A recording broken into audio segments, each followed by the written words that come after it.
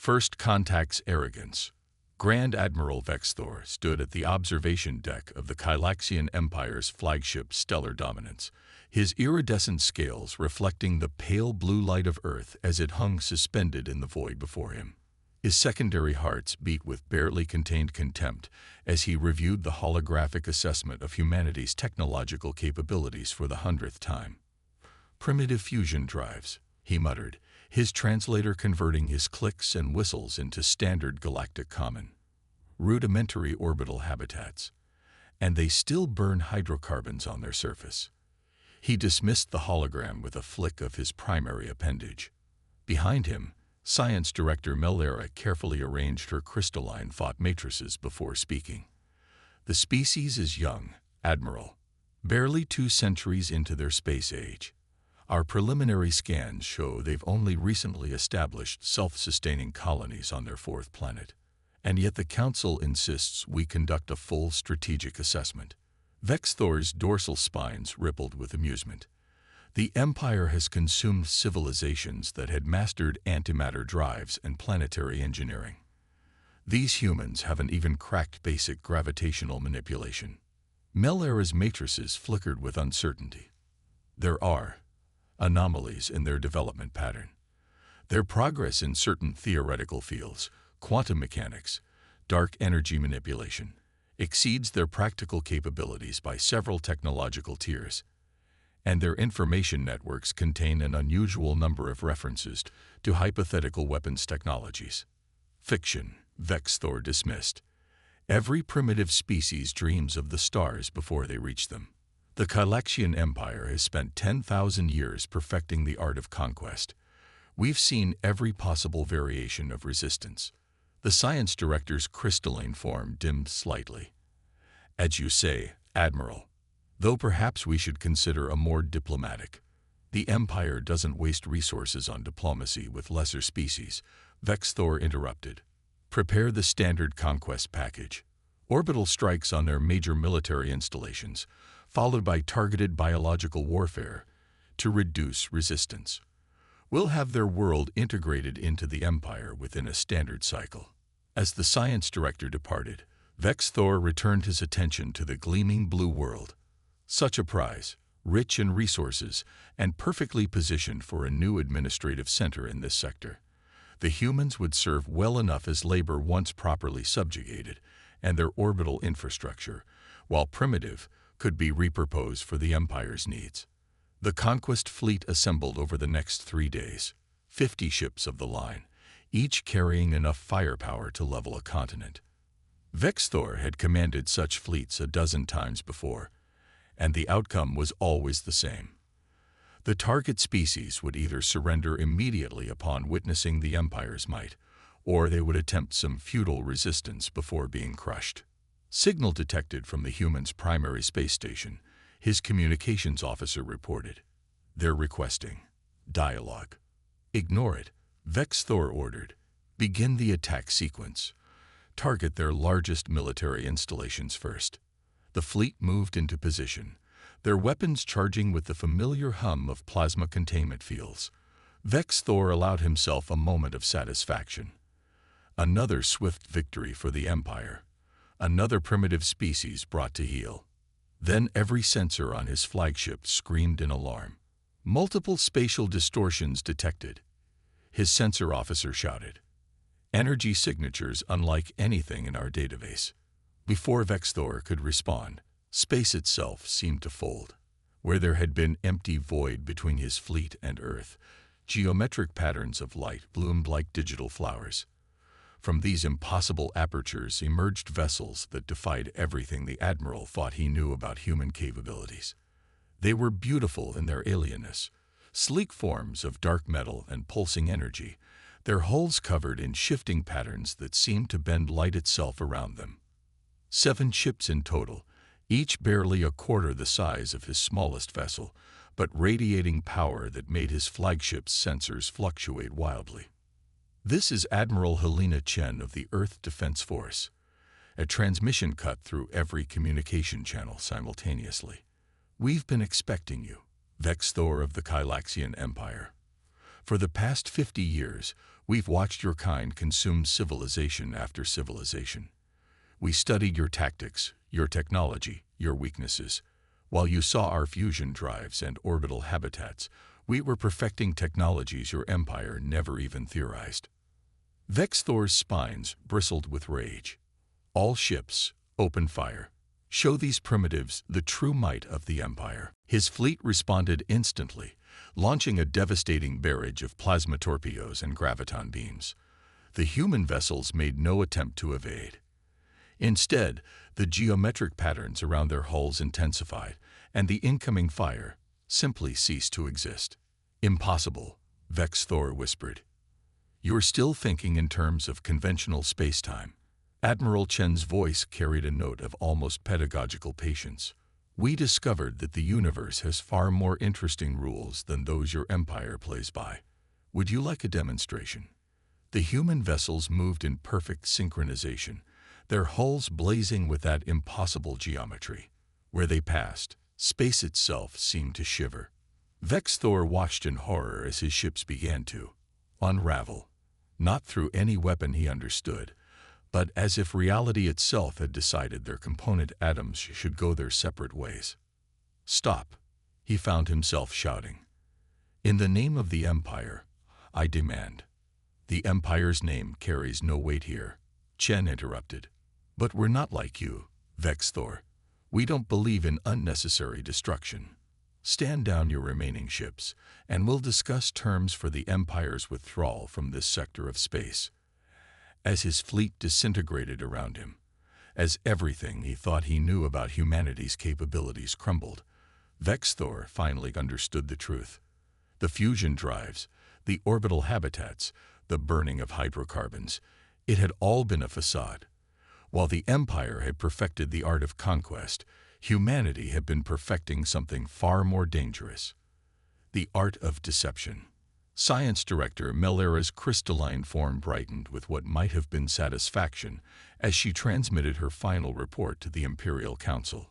Assessment of human technological capabilities was critically flawed. Recommend immediate cessation of all military actions and commencement of diplomatic relations. Note, their fiction was never fiction at all. It was a warning we were too arrogant to heed. Project Oracle. Dr. Elena Santos stood in the heart of Facility Zero, 3 kilometers beneath the Antarctic ice sheet. The quantum core pulsed before her, its geometric patterns casting ever-shifting shadows across the vast chamber. 20 years of work, hundreds of billions in secret funding, and countless sleepless nights had led to this moment. Core stability at 98%, announced Dr. James Chen, her longtime colleague and friend. His fingers danced across holographic interfaces as he monitored the most ambitious experiment in human history: quantum entanglement field maintaining coherence at macro scales. Elena allowed herself a small smile. When they'd first detected the Galaxian Empire's scout ships at the edge of the solar system 30 years ago, most of Earth's governments had pushed for conventional military buildups. More ships, bigger guns, stronger shields, all useless against an enemy thousands of years more advanced in traditional warfare. But Elena and her team had proposed something different, something revolutionary. Remember when they called us crazy? She asked, eyes fixed on the quantum core's hypnotic patterns, said it was impossible to manipulate quantum effects at this scale. James chuckled. The same people who said we should focus on copying alien technology instead of developing our own path. He paused, checking another reading. Good thing the Defense Council listened to you instead. The memory of that pivotal meeting still burned bright in Elena's mind. She'd stood before the combined military and scientific leadership of Earth's major powers, explaining why conventional defense would mean certain defeat. The Galaxians have spent millennia perfecting their current technological path, she told them. We can't beat them at their own game. But quantum mechanics offers possibilities they've never explored. They dismissed it as too unpredictable, too chaotic. Their loss is our opportunity. The Project Oracle facility had been built in secret, masked by careful manipulation of satellite data and a cover story about deep ice research. while the world above maintained its appearance of normal technological progression, deliberately slow and predictable. Elena's international team pushed the boundaries of theoretical physics. Dr. Santos called Dr. Yuki Tanaka from her station. Long-range sensors are picking up increased activity in the Kylaxian fleet. They're moving into attack formation. Elena nodded, unsurprised. Their intelligence had predicted this moment with remarkable accuracy. The Kylaxians were nothing if not consistent in their conquest protocols. Begin power-up sequence for all 7 vessels, she ordered.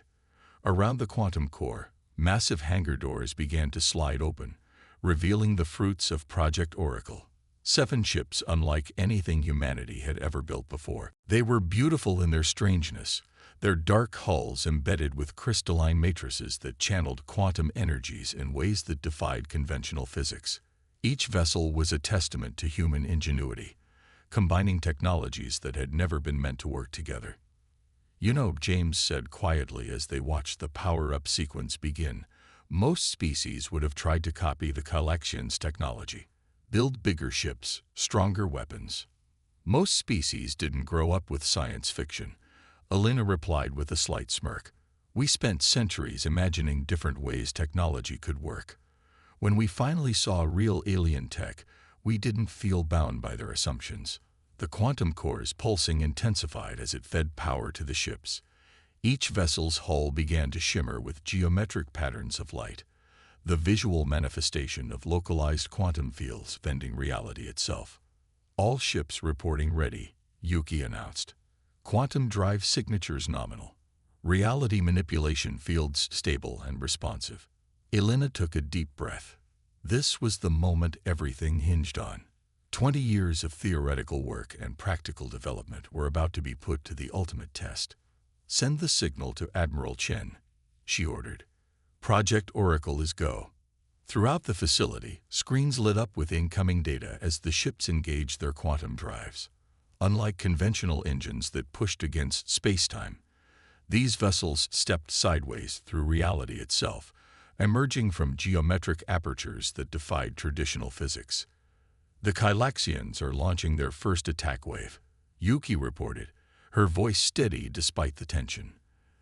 "Their sensors are going crazy trying to understand what they're seeing." Elena smiled. Of course they were. The Kylaxians had built their empire on predictable, understandable technology. What humanity had created here was beyond their comprehension. Ships that could locally rewrite the laws of physics, weapons that didn't destroy so much as politely suggest to atoms that they might prefer to be somewhere else. "You know what the best part is?" James asked, watching the sensor feeds as the Oracle ships engaged the Kylaxian fleet. "We're still just scratching the surface of what's possible. This technology, these principles, they open up whole new frontiers of science." Elena nodded, pride swelling in her chest. While the Kylaxians had spent millennia perfecting their existing technology, humanity had dared to dream bigger. They'd looked at the fundamental laws of the universe and asked not how to work within them, but how to transcend them entirely. "Send word to the secondary facilities," she ordered. "Begin powering up the planetary defense grid. It's time to show the galaxy that humanity's greatest strength isn't our ability to copy others. It's our capacity to imagine and create something entirely new." As the battle unfolded in orbit above, Elena watched the sensor feeds with quiet satisfaction. The Kylaxians were about to learn a lesson that humanity had known for centuries. The most dangerous opponent isn't the one who plays by your rules, but the one who changes the game entirely. The warning shot. Admiral Helena Chen watched the Kylaxian fleet through the quantum-enhanced sensors of the EDS Oracle Prime. The enemy ships hung in perfect formation, their arrogance evident in their complete lack of defensive positioning. They expected a simple slaughter, not a fight. All vessels reporting quantum fields at full stability. Her tactical officer, Commander Sarah Rodriguez, reported, "Reality manipulation grids are primed and responsive." Helena allowed herself a moment to appreciate the irony. The Kylaxian sensors were undoubtedly showing them everything about Earth's primitive orbital defenses. the outdated satellite network, the small fleet of chemical rockets, the basic energy shielding. Everything they were meant to see. "Open a channel to all Kylaxian vessels," she ordered. "Let's give them one chance to avoid unnecessary bloodshed." The communication system engaged, translating her words into the clicking language of the Kylaxian Empire. "This is Admiral Helena Chen of the Earth Defense Force. Your species has a history of underestimating those you consider primitive. That ends today. Withdraw your fleet immediately, or face the consequences of your arrogance." The response came swiftly, dripping with contempt. "This is Grand Admiral Vexthor of the Kylaxian Empire. Your pathetic attempts at deterrence are noted. Surrender now, and we may spare your major population centers from orbital bombardment." Helena sighed. Dr. Santos had predicted this response with remarkable accuracy. The Kylaxians were so convinced of their superiority that they couldn't conceive of a genuine threat from a younger species. "All Oracle vessels, initiate quantum field expansion," she commanded. "Show them what humanity has been working on while they weren't looking." The 7 Oracle-class ships moved in perfect synchronization, their dark hulls blazing with geometric patterns of light. Space itself seemed to ripple around them as they activated their reality manipulation fields. The technology that Dr. Santos and her team had developed didn't just bend the rules of physics, it rewrote them locally. "Kylaxian fleet is powering up weapons," Rodriguez reported. "Multiple plasma torpedo launches detected. Impact in 15 seconds. "Let them come," Helena said calmly. "Activate void apertures." The incoming torpedoes, each capable of devastating a small continent, streaked toward the Oracle vessels. As they approached, the geometric patterns around the human ships intensified. The space between them filled with impossible shapes, mathematical concepts given physical form. The torpedoes simply ceased to exist, their component atoms gently redistributed across several thousand cubic kilometers of space. "By all the stars," someone whispered on the bridge. "Signal from the Kylaxian flagship," Rodriguez announced. They're demanding to know what we did with their weapons." Helena smiled. "Show them what Oracle Prime can really do. Target their forward escort squadron. Minimal force, maximum effect." The Oracle Prime's quantum core pulsed, sending waves of possibility through its reality manipulation grid. The ship didn't fire conventional weapons. Instead, it created a localized field where the fundamental forces of the universe were subtly altered. 5 Kylaxian warships found themselves in a region of space where atomic bonds suddenly required slightly more energy to maintain. Not enough to destroy them outright, just enough to cause their hull plating to begin slowly, elegantly disassembling itself into its constituent atoms. Multiple distress calls from the targeted vessels, Rodriguez reported, unable to keep the satisfaction from her voice. "Their engineers are, well, they're panicking, sir. They can't explain what's happening." "All Oracle vessels, execute pattern Sigma," Helena ordered. "Let's demonstrate our full capabilities." The 7 ships moved like dancers in a precisely choreographed performance. Each created its own unique distortion in reality, the effects combining in ways that the Kylaxian sensors couldn't begin to comprehend. Some ships found their plasma conduits suddenly operating at 99% reduced efficiency. Others discovered that their artificial gravity had developed a sense of humor, becoming notably more suggest than mandatory. "Admiral," Rodriguez called out, "I'm detecting power fluctuations throughout the Kylaxian fleet. They're trying to retreat." Indeed, the mighty conquest fleet was breaking formation, their perfect military precision dissolving into chaos. Ships were turning to flee, their crews having witnessed something beyond their understanding. "Signal from Grand Admiral Vexthor," communications announced. "He's requesting terms of surrender." Helena nodded. This was the moment Dr. Santos had prepared them for. Humanity's response here would set the tone for all future interactions with the galaxy's spacefaring species. "Open a channel," she ordered. "Grand Admiral Vexthor, Humanity has no interest in conquest or dominion. What we demonstrated today was a fraction of our defensive capabilities. Return to your empire with this message. Earth and its colonies are not to be trifled with, but we remain open to peaceful, mutually respectful relations. As the Kylaxian fleet retreated in disarray, Helena turned to her crew. Send word to Facility Zero. Project Oracle was a complete success, and get me a secure channel to the Defense Council. They'll want to know that the galaxy's balance of power has just shifted dramatically. The Oracle vessels maintained their formation, their quantum fields rippling with potential. They were more than just warships. They were a statement to the galaxy. Humanity had not only caught up to the older species, but had chosen an entirely different path, one that rendered conventional military doctrine obsolete. You know, Rodriguez said quietly, the Kylaxians will be back, not to fight, to learn. They'll want to understand how we did this. Good, Helena replied. Because the real victory isn't in showing our strength. It's in proving that there are always new frontiers, new ways of thinking, new paths to explore. Maybe next time, we can advance together instead of fighting. As Earth's sun rose over the horizon, its light playing across the quantum fields of the Oracle ships, Helena thought about the future. Humanity had just announced its presence on the galactic stage in spectacular fashion.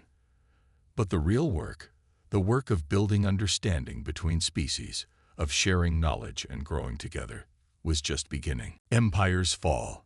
The Imperial Palace on Kylax Prime had never been so quiet. In the Grand Council chamber, where once the confident clicks and whistles of empire building had echoed, now only whispers remained.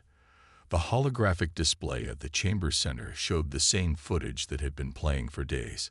The humiliation of the Empire's finest fleet at the hands of 7 human vessels. Supreme Chancellor Vaxtil, his scales dulled with stress, watched the recording for the 100th time. The geometric patterns of human quantum fields danced across the display, mocking everything the Empire thought it knew about physics and warfare. The outer colonies are in revolt, announced General Kexmar, his military carapace bearing fresh stress fractures. 3 sector fleets have already declared independence. They say if humans can defeat our finest ships so easily, the Empire can no longer protect them. Or control them, added Science Director Melera, her crystalline form pulsing with unusual intensity. The humans didn't just defeat us militarily, they proved our entire technological foundation is limited. Every species we've subjugated is questioning everything we taught them. Chancellor Vaxtil's secondary hearts clenched with fury. 10,000 years of Kylaxian dominance, undone in a single battle. But beneath the anger lay a deeper emotion. Fear, not just of human technology, but of what it represented. Play the surrender transmission again, he ordered. Admiral Vexthor's shaken image appeared, his scales practically colorless with terror. They didn't just negate our weapons, they rewrote physics itself. The humans aren't bound by the same laws we are. They've found another path, one we never even imagined possible. The Empire cannot stand against this. The recording continued with Admiral Chen's response. Her words now burned into every council member's memory. We remain open to peaceful, mutually respectful relations. At least they're not bent on revenge, muttered Trade Minister Yixnan. Though perhaps that would be easier to understand. We've conquered hundreds of species, and now we're at their mercy. Science Director Melera's form brightened suddenly. That's what makes them truly dangerous.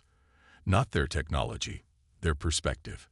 While we spent millennia perfecting existing principles, they looked at the universe and asked different questions entirely.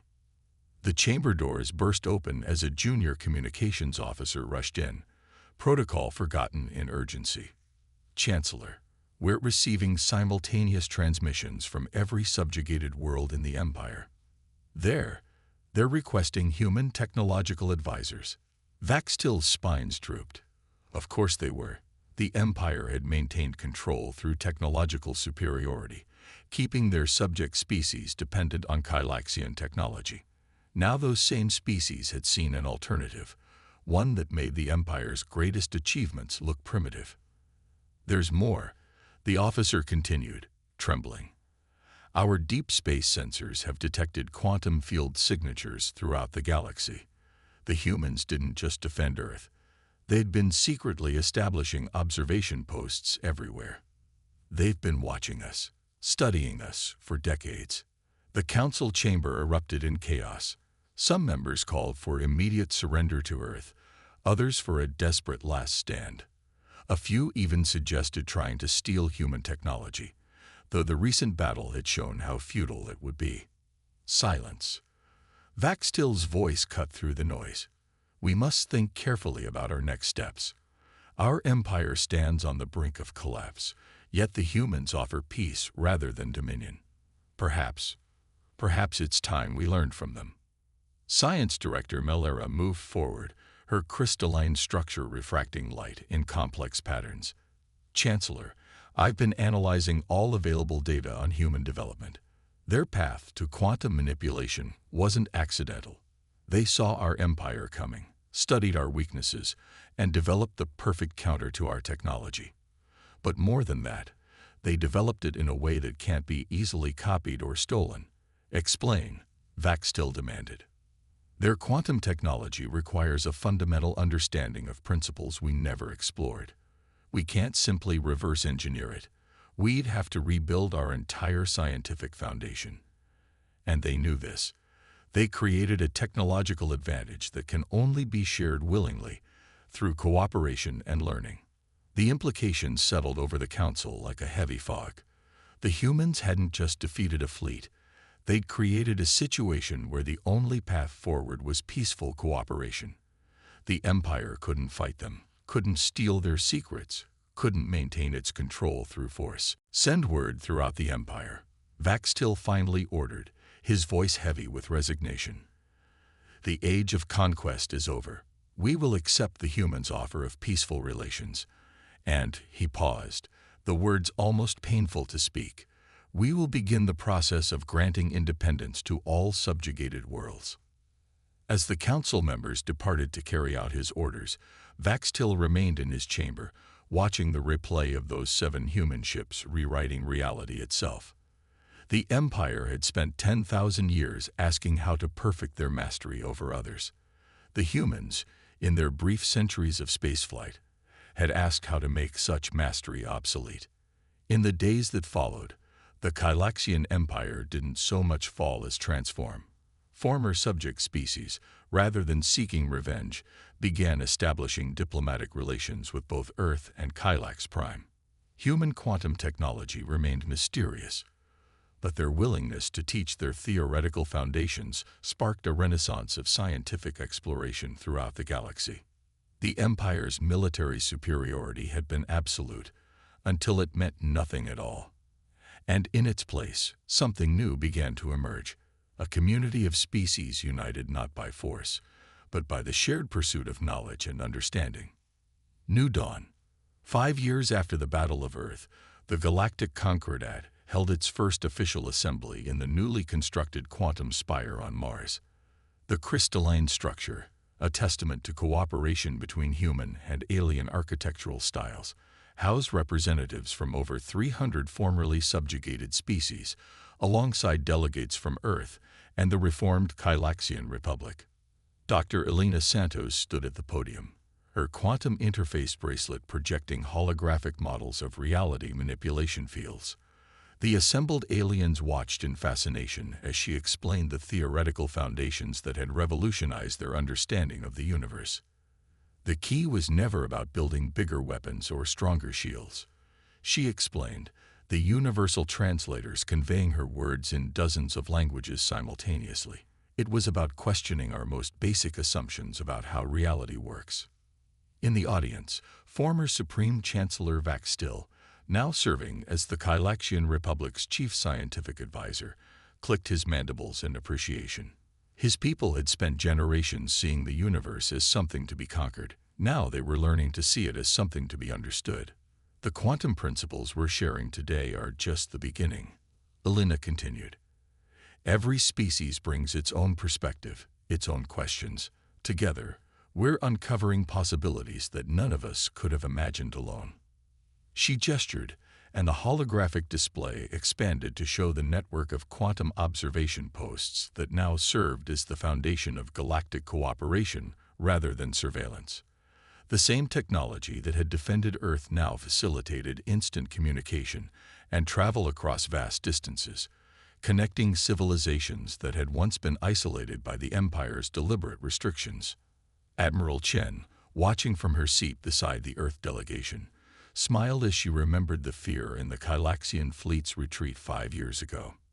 Now, former Imperial warships worked alongside human vessels in joint scientific expeditions, their weapons replaced with research equipment.